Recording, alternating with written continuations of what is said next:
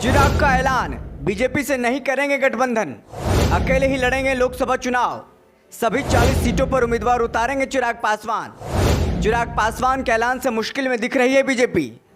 दिल्ली से लेकर पटना तक इस समय बिहार देश का राजनीति का केंद्र बना हुआ है। पटना से नीतीश कुमार और तेजस्वी यादव जब दिल्ली पहुंचे थे तो लोक जनशक्ति पार्टी रामविलास के अध्यक्ष चिराग पासवान तुरंत दिल्ली से पटना पहुंच गए थे। नीतीश कुमार ने पूरे देश में भ्रमण कर विपक्षी एकजुटता का आगाज कर चुके हैं। नीतीश कुमार ने साफ कर दिया है कि विपक्षी एकता को लेकर जल्द ही सभी दलों के साथ बैठक करेंगे और लोगों को जोड़ेंगे। तो दूसरी ओर चिराग पासवान ने जो बड़ा ऐलान किया है उससे बीजेपी के शीर्ष नेताओं की नींद उड़ा दी है। मीडिया के साथ बातचीत में चिराग पासवान से लोकसभा 2024 के चुनाव को लेकर सवाल हुए।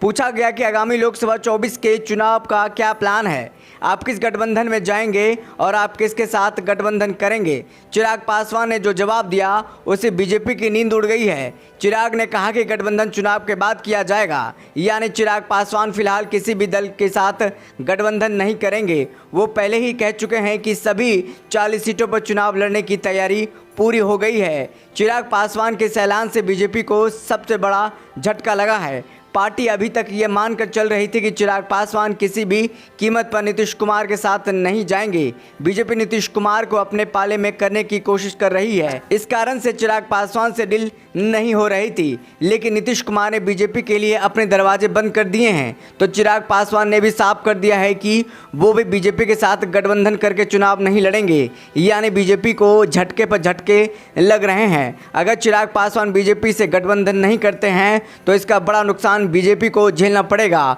2 साल पहले बिहार में हुए विधानसभा चुनाव में चिराग पासवान ने अपना ताकत का एहसास जदयू को करा चुके हैं। चिराग की पार्टी को तो एक ही सीट मिली, लेकिन उन्होंने जदयू को कम से कम 35 सीटों पर हराने के लिए मजबूर कर दिया था। इसके बाद नीतीश कुमार ने बीजेपी को खूब सुनाया था, क्योंकि चिराग ने वोट पीएम मोदी के नाम पर मांगे थे और बीजेपी के खिलाफ उनके उम्मीदवार भी नहीं उतारे थे। ऐसे में चिराग पासवान का बयान कि गठबंधन चुनाव के बाद करेंगे, तो ऐसे में बीजेपी परेशानी को बढ़ाता दिख रहा है। वैसे चिराग पासवान की ओर से बीजेपी को एक छोटी सी राहत मिलती दिख रही है। चिराग ने कहा कि वैसे तो हमारी तैयारी सभी 40 सीटों पर लड़ने की है, लेकिन अभी चुनाव आने में काफ़ी समय है। चुनाव के समय क्या परिस्थिति होती है वो उस समय में ही देखा जाएगा। अगर किसी के साथ गठबंधन की ज़रूरत होती है तो चुनाव के समय ही देखा जाएगा। चिराग का बयान बीजेपी के लिए इसलिए झटका माना जा रहा है क्योंकि अभी तक वो खुद को एनडीए का हिस्सा बताते हैं। वो प्रधानमंत्री नरेंद्र मोदी को राम और खुद का उसका हनुमान बताते हैं। ऐसे में उनका यह बयान किसी बड़े बदलाव का इशारा कर रहा है। दरअसल चिराग के चाचा पशुपति पारस उनकी पार्टी एलजेपी पर कब्जा कर एनडीए में शामिल हो गए थे और चिराग पासवान साफ कर चुके हैं कि उस गठबंधन का हिस्सा कभी नहीं बनेंगे जिसमें उनके चाचा पशुपति पारस शामिल हैं। और बीजेपी को उन्होंने साफ कर दिया है कि पहले तो फैसला लें कि गठबंधन किसके साथ करना है। अगर उनके चाचा बीजेपी के साथ गठबंधन करेंगे तो एनडीए में शामिल नहीं होंगे, लेकिन उन्होंने विपक्षी गठबंधन में जाने की बात कह दी है। चिराग ने कहा है कि विपक्षी एकजुटता को लेकर पहले भी कई बार बात हुई है, ये एकजुटता असंभव है। वैसे भी विपक्षी एकता अपने में